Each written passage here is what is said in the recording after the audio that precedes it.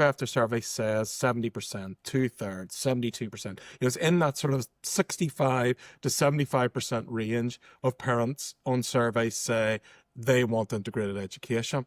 And I've consistently said to the people in the integrated education sector, well, that depends on the question that you ask. If you say to someone, do you agree with integrated education, yes or no?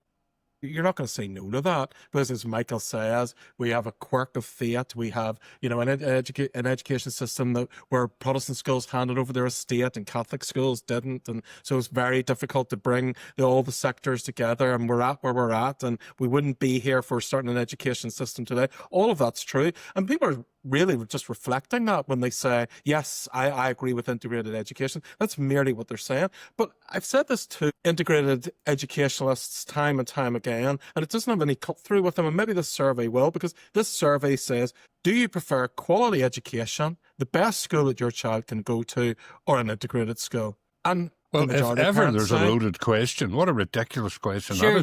But, with the built-in suggestion that an integrated school is not a good school.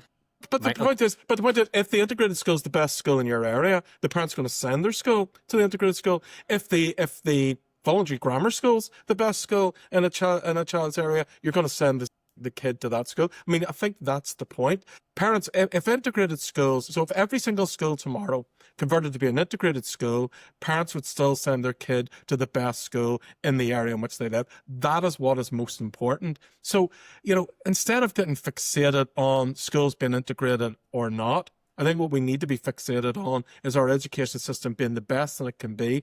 Not just voluntary grammars, not just controlled grammars, not just integrated schools, not just Catholic secondary schools, but those schools that are failing, particularly controlled secondary schools, which is a sector that is not attaining the results that it should attain.